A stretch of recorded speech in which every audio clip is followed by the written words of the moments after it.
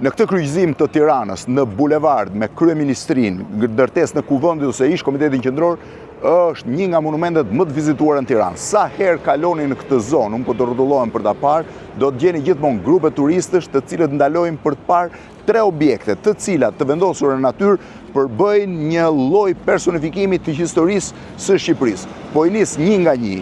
Është një instalacion i realizuar nga Ardian Isufi dhe Fatos Lubonja, të cilët kanë dashur të rikthejnë në vëmendje historinë e Shqipërisë. Po pse monumenti është i rrallë dhe kush janë 3 objektet që e përbëjnë atë? Objekti i parë është ky bunker. Është bunkeri origjinal në hyrje të bllokut, përmes të cilit garda speciale mbronte bllokun dhe shtëpinë e Enver Hoxhës. Është i njëjti bunker i ndërtuar ndoshta në vitet 70 që është ende funksional, është pastruar, është i gjithi origjinal, pra është një objekt origjinal, do t'ju tregoj tani se do të hyj vetë për ta parë, e vetëm një gjë është që rreth rrotullti, pra në pjesën ku vijej për të treguar bunkerin është vendosur ky xham që ti mund ta shohësh të plot.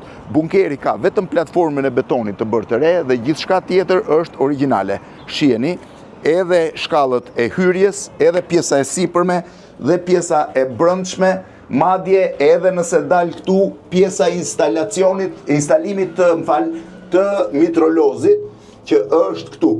Pra këtu vendosej mitrolozi, shive ku vendosej, për të mbrojtur bllokun nga një agresion i mundshëm, pra për të mbrojtur Enver Hoxhën dhe drejtuesit e lartë komunistë të kohës. Ky është bunkeri origjinal, pra që personifikon në një farë mënyrë Shqipërinë të kthyer në një bunker, krejtësisht izoluar dhe me paranojën e mbrojtjes, një sulmi që nuk erdhi kurrë nga, po e quaj, imperialistët.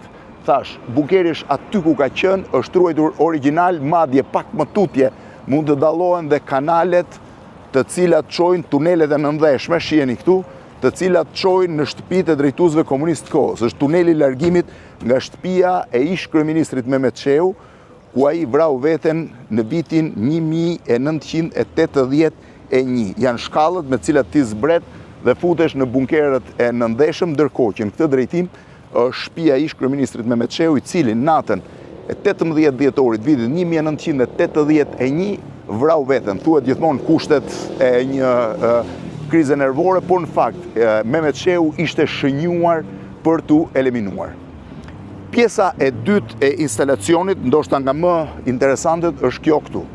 Shumë veta nuk i japin dot shpjegim, në fakt to janë trarët që janë sjell nga miniera e Spaçit, që ishte pjesë e kampit të dënuarve politik, të kampit të Spaçit, dhe që ishte një nga minierat më të frikshme në Shqipëri.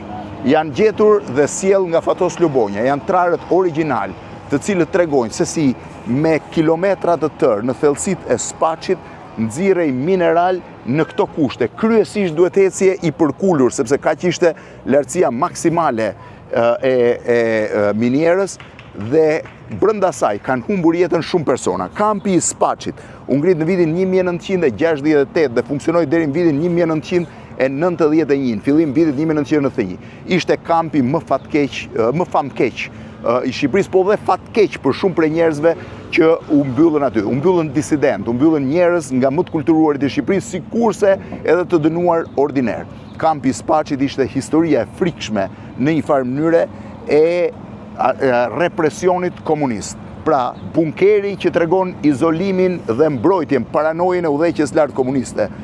Burgu i Spaçit që tregon represionin e jashtëzakonshëm ndaj qytetarëve është tu. Thash, të 5 trarët janë origjinal. Për fat keq, miniera e Spaçit nuk ekziston më, pjesa më e frikshme e kampit të Spaçit, ajo është mbyllur dhe sot është shumë e vështirë të gjesh objektet origjinale të saj, siç janë këto 5 trarë që ka vendosur Fatos Lubonja. Fatos Lubonja ka shpenzuar një pjesë të madhe të jetës së tij si i dënuar politik, i burgosur në burgun e Spaçit në vitet e komunizmit. Ai shpenzoi 17 vjet në përburgje dhe këto janë një pjesë e rëndësishme në një farë mënyre e jetës së tij në ato vite, thash, në burgun e Spaçit. Monumenti i tretë interesant është kjo pjesë, e cila është sjell, nuk ka lidhje me Shqipërinë, por që është shumë, domethënë, përfaqësuese për jetën që Shqipëria ka bërë vetë. Kjo është një pjesë e sjell nga muri i Berlinit, pjesë origjinale e murit Berlinit, e sjell nga Bashkia e Berlinit si dhuratë për Shqipërinë. Është pjesë e të njëjtit instalacion. Muri i Berlinit u ndërtua që prej vitit 1961 dhe funksionoi deri në vitin 1989, kur me mija qytetarë të Gjermanisë lindore vendosën ta shëmbin atë vetë për shkuar drejt perëndimit. Ishte muri që ndante Berlinin lindor me Berlinin perëndimor, ishte muri që ndante Gjermaninë lindore me Gjermaninë perëndimore, ishte muri që ndante lindjen me perëndimin, filozofinë e lindjes komuniste, të filozofisë pra po e quaj të diktaturave komuniste me demokracitë perëndimore. Është pjesa më signifikative e luftës së ftohtë dhe një pjesë e tij është këtu. Pra janë 3 monumente. Monumenti i murit Berlinit, vetëm një moment do ju marr, monumenti i bunkerit origjinal të ndërtuar për të mbrojtur bllokun dhe pjesa e tretë që është ajo e burgut Spaçit. Meqense kanë ardhur turistë, mund vini se po të riqem. Meqense kanë ardhur turistë, po largohem unë t'ju hap pak rrugën, po pse ky monument është ndërtuar në një nga zonat më përfaqësuese të Shqipërisë. Ky që po shihni në këtë drejtim është ndërtuar rreth viteve 50 e ca dhe është praktikisht komiteti qendror i Partisë Komuniste ose Partisë Punës Shqipërisë. Instalacioni quhet post-blok, pra dhe është një lloj memoriali i izolimit. I izolimit, pra janë me të 3 gjërat siç ju shpjegova, dhe është instalacion i Fatos Lubonjës dhe Ardian Isufit, i ndërtuar në vitin 2013. Është nga gjërat më të vizituara, thash.